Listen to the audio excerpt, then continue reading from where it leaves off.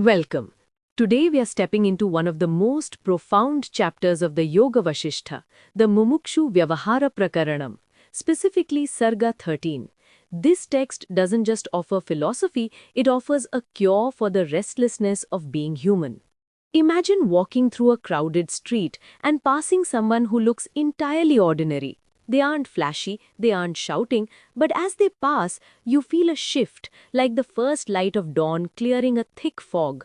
The Yoga Vasishtha tells us that these are the wise who have seen their true self. They live among us, rooted in a deep inner vision that the noise of the world cannot touch. They don't grieve for what's gone, and they don't crave what is coming. They act, they speak, they work, but they carry the stillness of one who does nothing. Think of a parent feeding a child, or a flute playing music. The action happens, but the ego isn't pulling the strings. But why is this state so rare? The text is blunt because of ignorance. It tells us that no disease, no poison, and no enemy can wreck a life as silently and thoroughly as our own dullness. A person trapped in ignorance is compared to a blind worm in a pitch-black well. They aren't just in the darkness, they become the darkness. They chase pleasures that are like grass blades or dust motes, shining for a second, then dragging them back into pain. The text warns us, don't be like the frog dancing in a filthy pond, mistaking the mud for bliss. So, how do we climb out of that well? It begins with an inner revolution called self-inquiry. This isn't about blind devotion or reading 1,000 books, it's about turning inward and facing the self again and again until your experience, the scriptures, and the words of a guide finally align. The Yoga Vasishtha introduces us to a gatekeeper. If you want to enter the realm of liberation, you must meet Shama, inner calm. Shama is described as the royal nectar of the heart. When you are cooled by this inner stillness, the world changes. Even an enemy becomes a friend. Why? Because when your heart radiates peace, hostility has nowhere to land.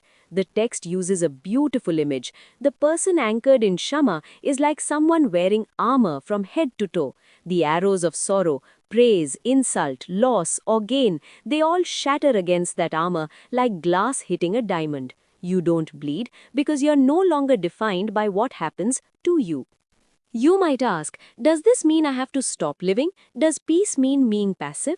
The answer is a resounding no. The wise person is like the sun, standing still in the sky, yet giving life to everything through its light. You can handle 1,000 tasks, move through the chaos of a city, or even face a disaster, and yet remain as vast and untouched as the sky. This is not escape, it is mastery.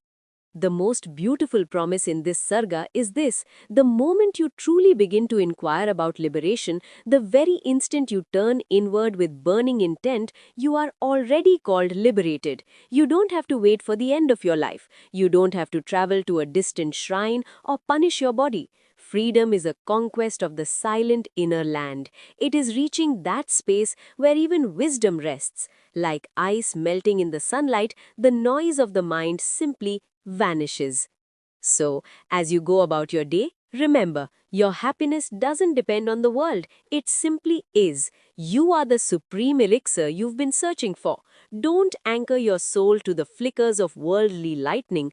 Look for the moonlight of the soul, that steady, cool clarity that makes every simple thing divine. Stay awake, stay aware, because once you glimpse this inner light, the fog of delusion can never truly close in on you again.